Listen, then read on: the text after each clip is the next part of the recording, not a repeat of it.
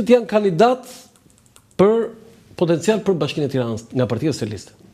Unë kandidat të mundshëm shoh Ogerta Manasterliu.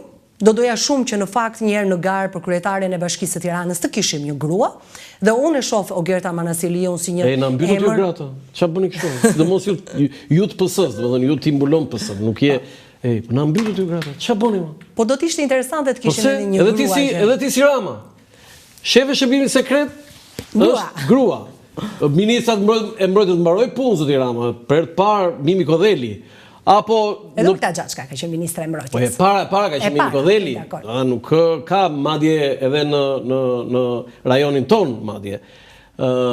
Dhe tani në mos gaboj ka ngelur për ministri i brendshëm vetëm ministri i brendshëm për Ministri i brendshëm, më duket se ka mbetur pa drejtuar nga një grua. Dhe kulmi ishte që nga në mos gaboj 18-19 antarë të kabinetit, vetëm 4-5 ishin burra. E kuptoti tani ne jemi kështu qeveri nordike, norvegjeze, suedeze, tani na mbyllët ju grata.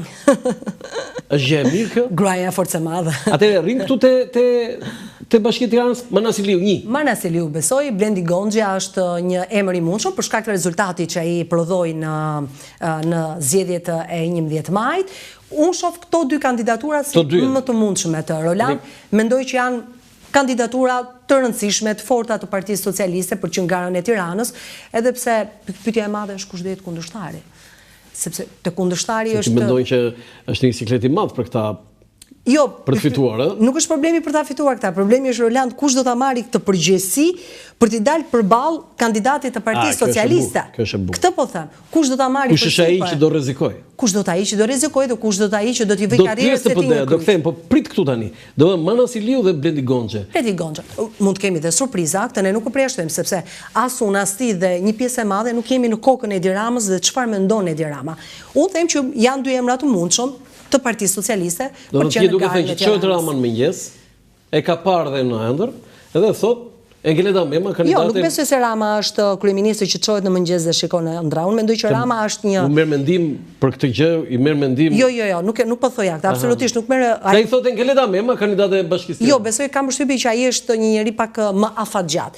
Pra ai nuk është, unë nuk besoj që Edi Rama është njeriu i çastit të fundit dhe i rastësisë. Besoj që ai është një njerëz që e ka strategjinë e tij e shtri në kohë. Pra ai e di kur nga pika A do shkojë te pika B te pika C. Po është i qartë. Pavarësisht se Rama shpeshherë mund të shfaqet si njeriu që do ta arrijmë të marrëveshje, do ta bëjmë, por unë mendoj që Rama është njeriu që gjithmonë e ka planin B ose asin tjetër nën mangë. Për çdo situatë, ai e ka gjithmonë një as tjetër se si do shkojë tek zgjidhja të cilën ai ka projektuar në mendjen e tij, ka vendosur. Ç'është është kjo aftësi, sepse ti e njeh shumë mirë dhe jo, nuk e njeh shumë mirë Edi Ramën, them të drejtën. Ti e njeh shumë mirë, por lëre tani. Lë, ti e njeh, po ti nuk je bashkëpunëtore Edi Ramës, po ti si gazetare e njeh shumë mirë, po them. Për së largu.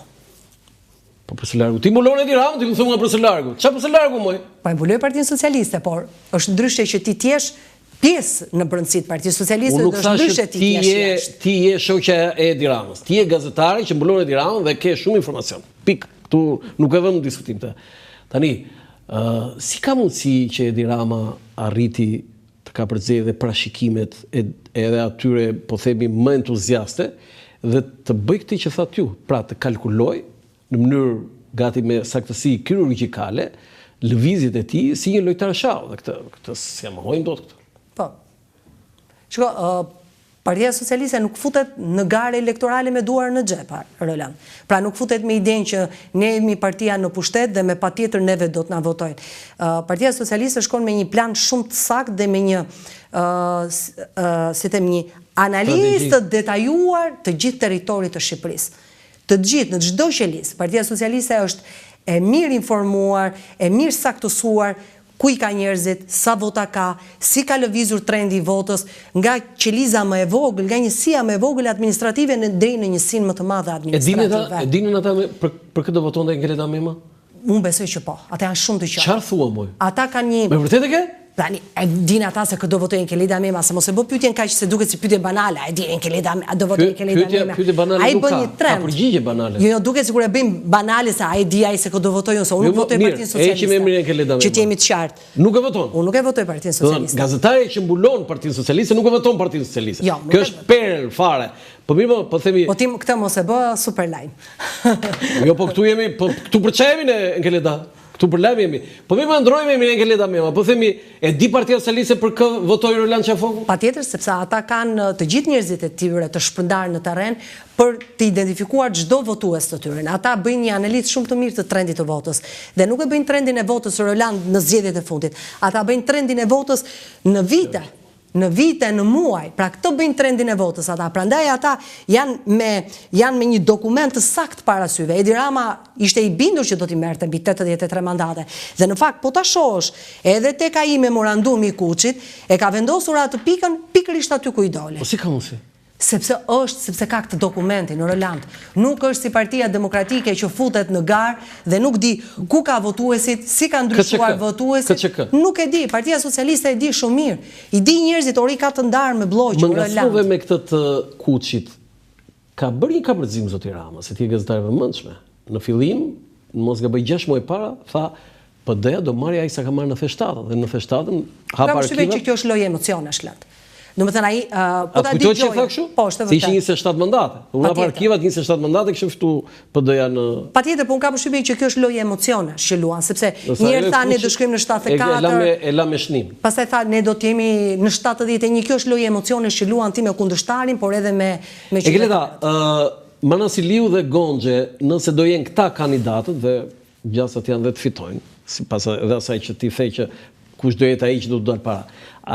Jo, do të shohim kundërshtarin, do të dim se cili është kundërshtari, sepse nëse kemi... Ka shanse që mund të fitojë? Jo të fitojmë. Po çfarë? Sepse nëse përballë kemi një kundërshtar siç është Ilir Ali Mehmeti, i cili është një figurë e preferuar. Ilir Ali Mehmeti në Keleda. Po ti shikoj çfarë po i bëjnë atje më. Po them nëse Roland. Po nëse tani këta dy, pra Manasiliu, zonja Manasiliu dhe Blendi Gonxhe, nëse do jenë këta kandidatë dhe gjasat fitojnë, janë kandidat potencial për të qenë sukcesor të Edi Ramës në Partinë Socialiste?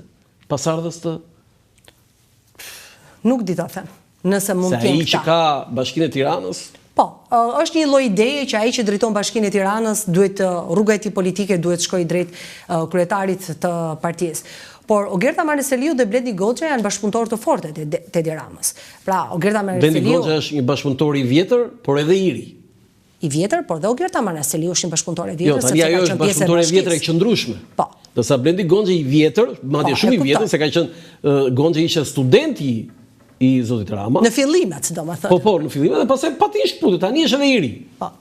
Por unë besoj që ai që do të pasojë Edi Ramën, besoj që do të jetë një vendimari dhe vullneti i Edi Ramës. Pra do të jetë ai që do ta përcaktoj pasuesin e tij. Keleda, do të bëj një pyetje që lidhet edhe me Ramën, po edhe me pjesën historike, po, mund ta mbushësh atë se unë për veten po pi ujë, po ti vetëm po flet.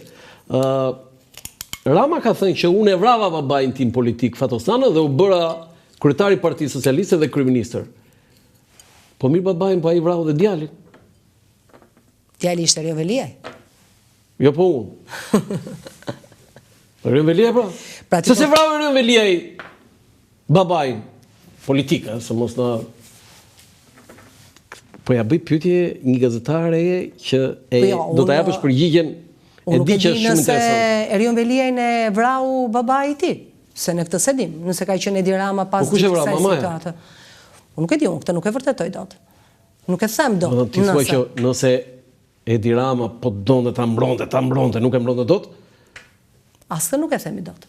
Tani, do na thuash një gjë këtu, se me këto kështu, po më duket sikur... Por nuk e marr përsipër që ti vesh Edi Ramës diçka për të cilën as nuk e faktoj dot, as nuk e provoj dot. Se vrau...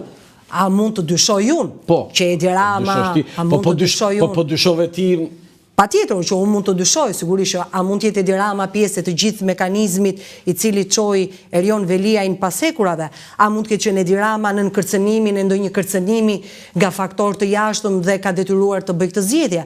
A ka zgjedhur Edi Rama midis dy gjërave Erion Veliajn dhe dikë tjetër dhe ka dorëzuar Erion Veliajn.